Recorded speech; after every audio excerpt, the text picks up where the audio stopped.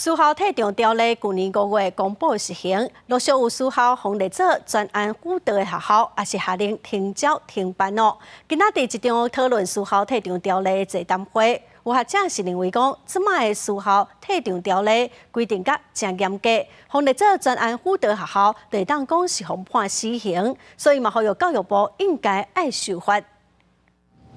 私校退场机制的作单，私立环球科技大厦创办人87岁柯文哲咧做笔记，伊创办的环球科大确定112学年度结束了后停办。伊认为退场条例立法是真啰嗦，环球下无去是教育部爱负责任。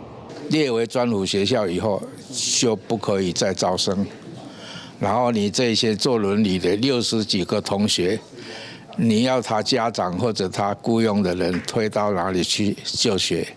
像这些违反宪法，不是王道，是霸道。柯文哲认为，环球放入去专辅限制招生，奖补助嘛无啊，根本是加速退场。退场条例无符合宪法保障私人行学。几多位法律学者是表示，退场条例第14条，专辅学校董事会重组限制真济，董事长煞爱教育部来核定，除非有真悬意愿的投资方愿意来进行投资，若无早就知影会关起来。我就算投钱进去哦，那像少子化那么严重，然后要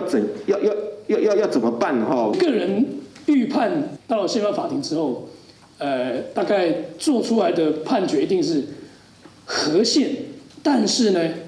如果没有给要退场的私校一些救济的，看起来好像也不太好，所以呢，应该要再给在私校退场条例里面的一些所谓的救济的管道。廖教授讲，担保未来未有退场的学校来拍行政官司，